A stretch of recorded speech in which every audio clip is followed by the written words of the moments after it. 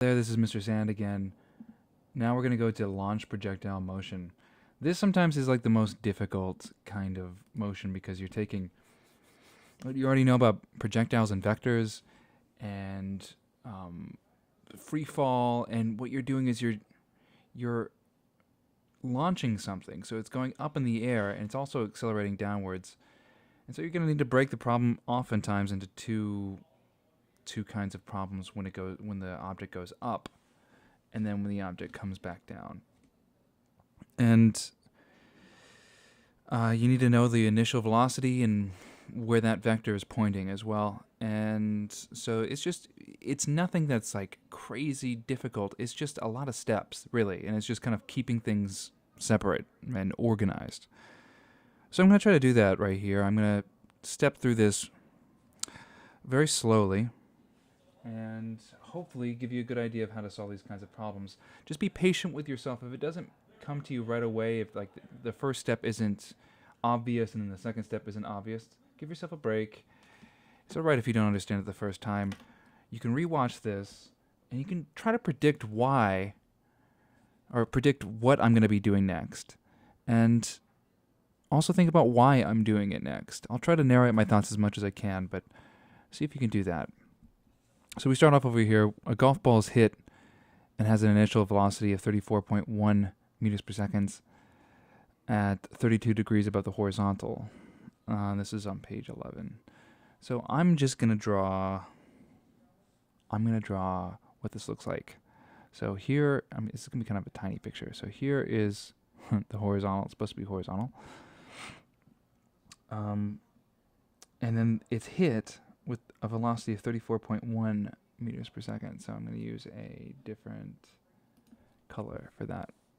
Okay, so it's going to be about like that. It's pretty good. So that's the velocity vector.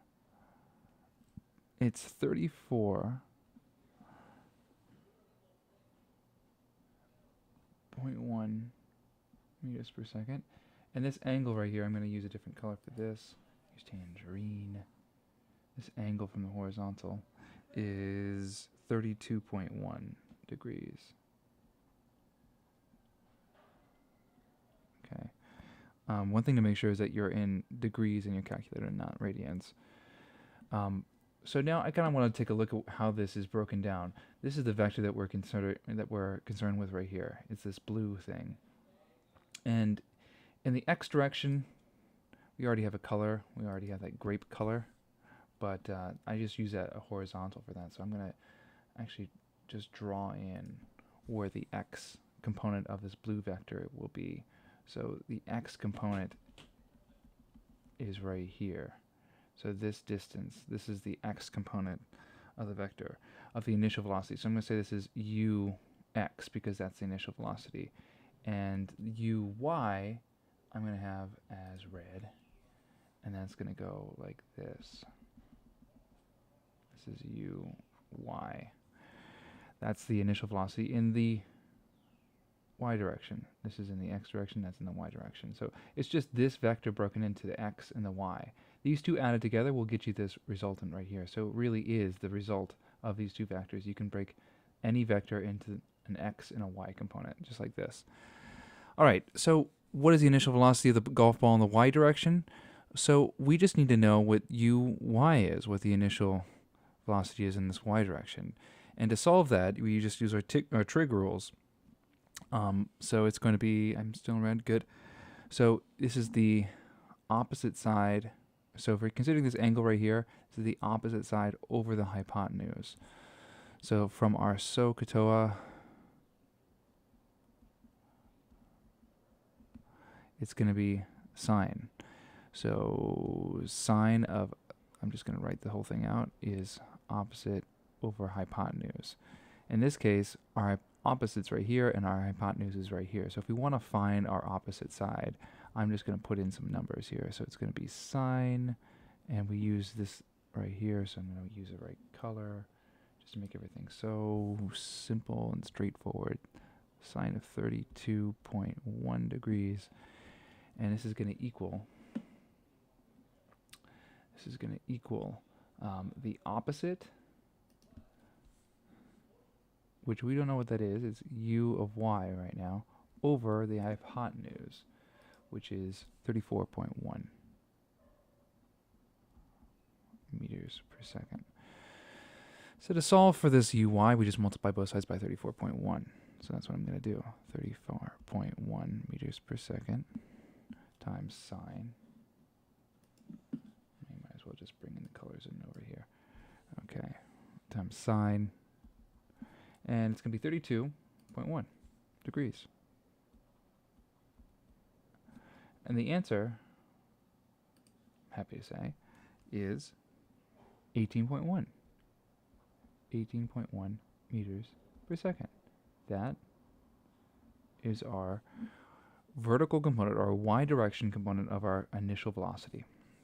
Next question, what is the initial velocity of the ball in the x direction? Well, if we did this for the y, we can do the same thing, but now instead of using sine, we can use, what do you think?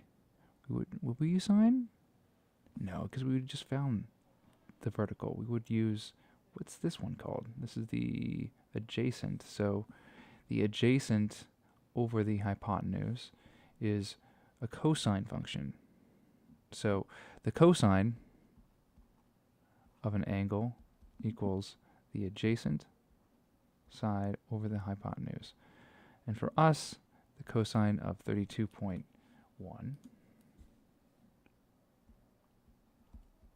degrees equals, I'll use red for this. I'll use black for this. Tungsten. Equals, that's a bad equal sign, equals u of x over, and again, it's going to be our hypotenuse. So it's the adjacent side over the hypotenuse, so it's 34.1 meters per second. But the algebra now is going to look very similar to the one up here. So to solve for u of x, you just multiply both sides by 34.1 meters per second. Now it's cosine. Using all the right colors. Cosine of 32.1 equals u of x. This equals, turns out to be 28.9 meters per second. I hope this is fairly straightforward. This is in the x direction. That's this value right here. The y direction was this one right here. Now it says, how long does it take a ball, or this ball, to reach the maximum height during its trajectory? So, what do you think here? What do you think is the right way to solve for this problem? We want to find the maximum height. How long? So we're talking about time here. How long does this take?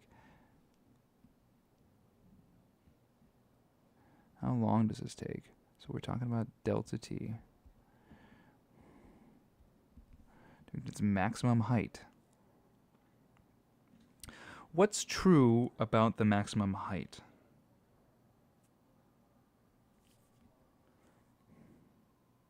I hope that you're thinking, what's true about the maximum height is that the velocity is going to equal 0 meters per second.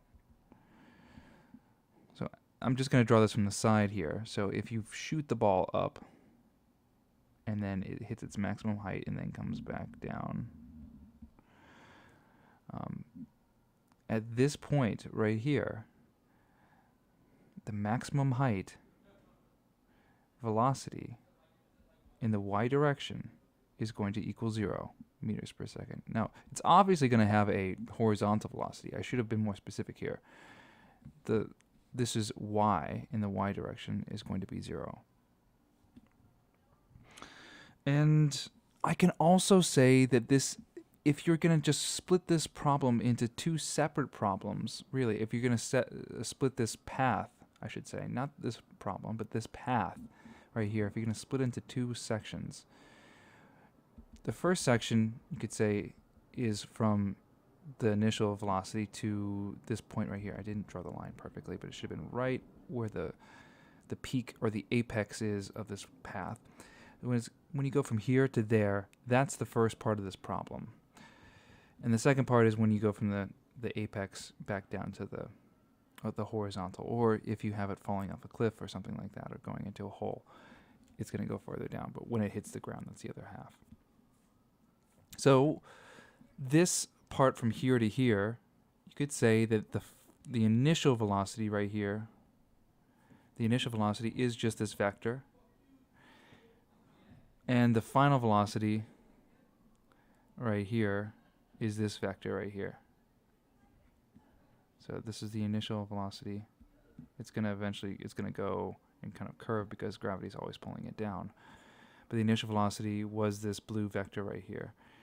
So it's like, I kind of drew a little steep, but that's the initial velocity. And this is the final velocity right here, VF. Now what we've been doing so far is we've been breaking things into its x and its y components. I'm just going to tell you right now that for this problem, we need to just consider the y components.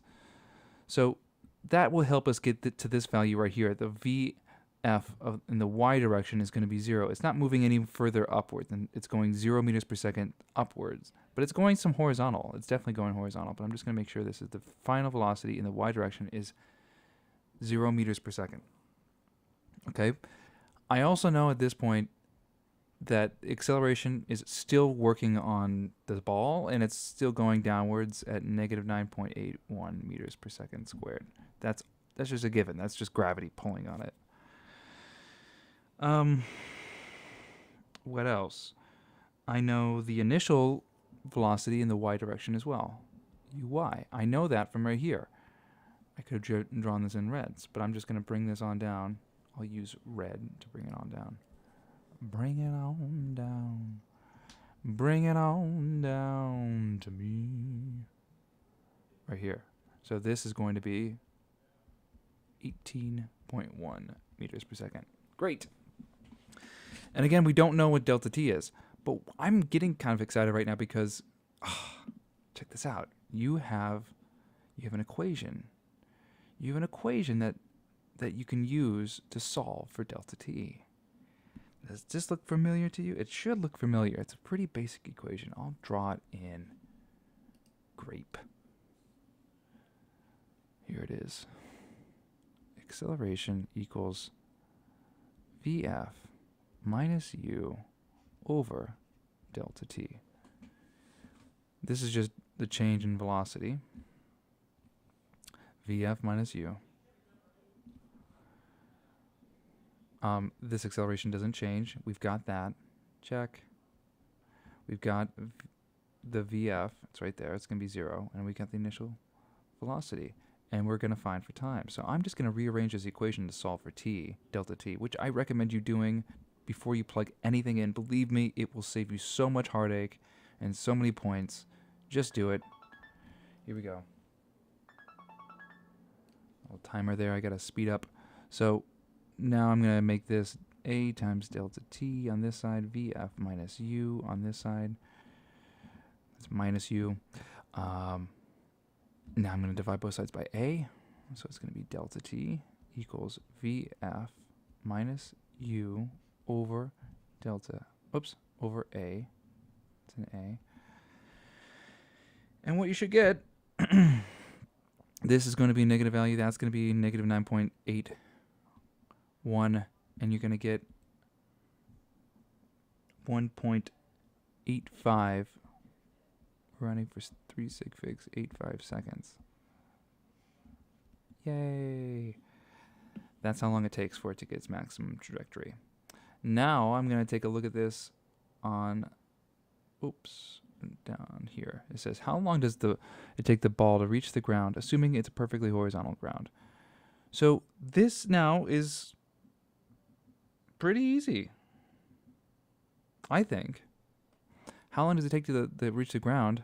Well, it takes, if this is the first part, it's going to take the same exact amount of time to go the remaining distance.